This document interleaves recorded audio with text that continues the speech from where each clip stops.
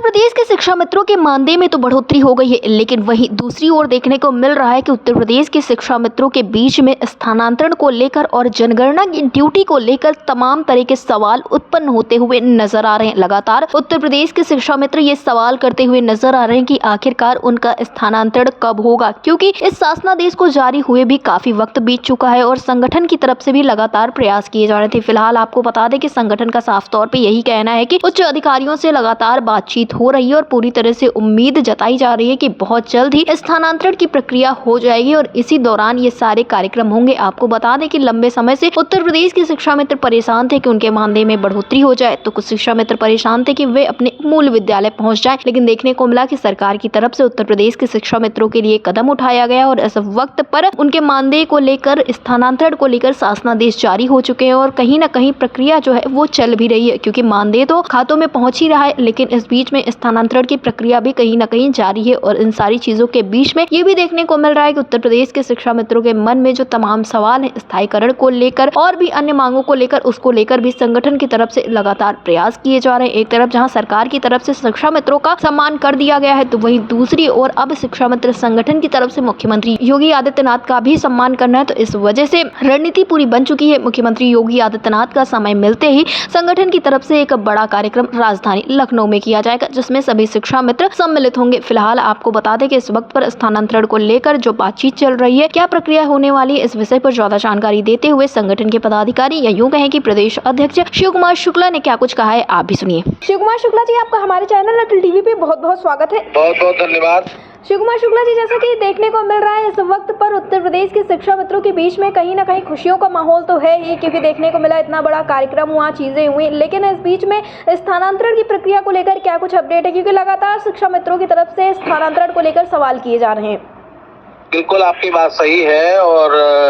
लोगों को मानना भी चाहिए, क्योंकि हमारा 1 साल 1.5 साल पहले जो मान लीजिए कि आदेश हुआ जी, और उसका अनुपालन अभी तक नहीं हो पाया, तो निश्चित रूप से जो मानदेय वृद्धि को लेकर के और वेतन मिला उसके लिए सबको खुशी है और सरकार का आभार है, धन्यवाद है जी। और साथ ही अपेक्षा है कि जैसे बाराबंकी में स्थानांतरण मूल विद्यालय हो गया है, इसी तरह अन्य जनपदों में भी आदेश हो जाए। तो कुछ जनगणना आयुक्त का भारत सरकार का पत्र आया था, उसी के मद्देनजर रोका गया था, लेकिन फिर से बातचीत शुरू है और शीघ्रता के साथ मूल विद्यालय वापसी का प्रक्रिया पूरा करके और फिर जो है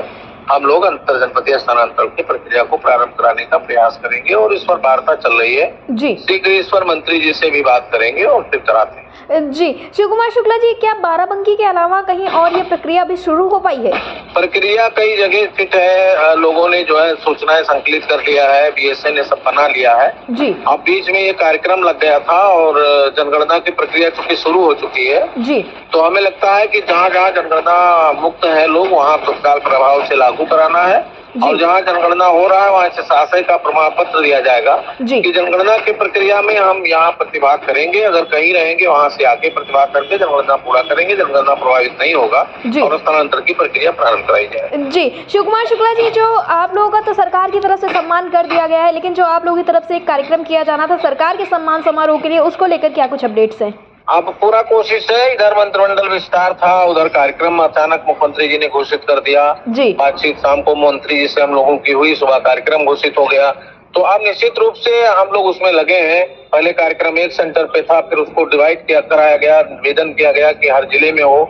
जिससे ये ना हो कि 10 लोग जिले के लोग गए बाकी रह गए। तो ये कार्यक्रम निपटा है और अगले कार्यक्रम की रूपरेखा हम लोगों ने तय कर रखा है जी। और जैसे ही माननीय मुख्यमंत्री जी की स्वीकृति मिलेगी वैसे पूरे प्रदेश के साथियों के साथ कार्यक्रम को मूर्त रूप दिया जाएगा जी। शिव कुमार शुक्ला जी, आपसे मेरा अंतिम सवाल ये है कि जिस तरह से लगातार देखने को मिल रहा है 18,000 की बढ़ोतरी हुई है, लेकिन तमाम लोग अब भी 40,000 पे ही अटके हुए हैं, तो ऐसे लोगों से आप क्या कुछ संदेश देना चाहेंगे? क्योंकि मेरा सभी से अनुरोध है, पहले तो जो हुआ है उसको हम ग्रहण करें,